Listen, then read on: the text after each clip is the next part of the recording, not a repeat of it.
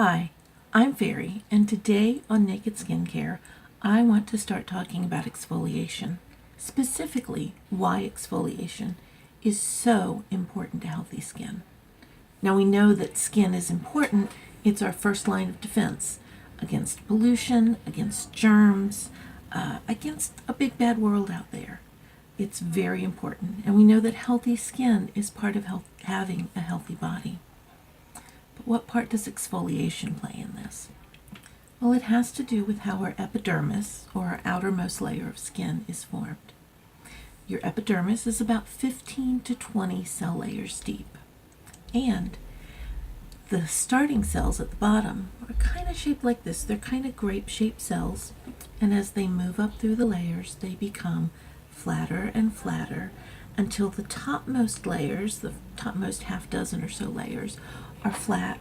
And also those topmost layers are no longer living. They no longer have a nucleus in them. And they're ready to flake off, fly free. Now, this exfoliation is going to happen regularly and kind of naturally as you come up against the friction of life.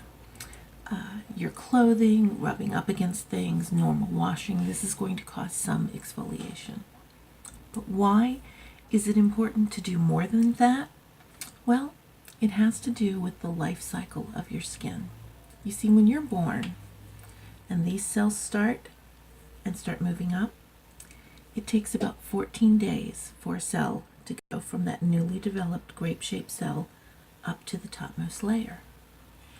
By the time you're a teenager, that length of time has doubled. Instead of being 14 days, it's going to be 28 days. And by the time that you reach middle age, by the time you're in your 40s and 50s, that has doubled again, and it keeps getting longer. Until by the time you're my age, which is 55 and older, it could take as long as 84 days for that cell to get to the topmost layer. So, what happens when you exfoliate? You take off those topmost dead layers, and your body immediately goes, "Ooh, we're missing something. Let's make more."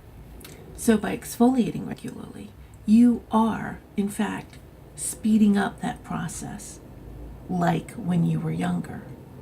So it's part of your skin's rejuvenation.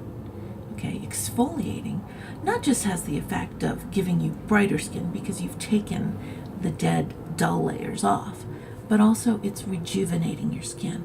It's helping your skin produce more new cells, and this is good for the health of your cells. This is going to help you have less fine lines and wrinkles.